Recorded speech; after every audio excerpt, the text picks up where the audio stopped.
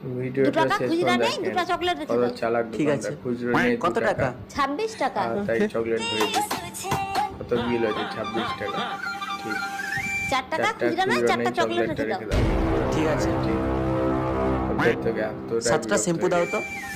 7টা shampoo দাও। 10 টাকা note দিলাম। আরে ভাই 3 এবার টাকা খুচরা নাই, 3টা চকলেট নিয়ে নাও। अभी बदत है भाई, अभी बदत है। ঠিক আছে।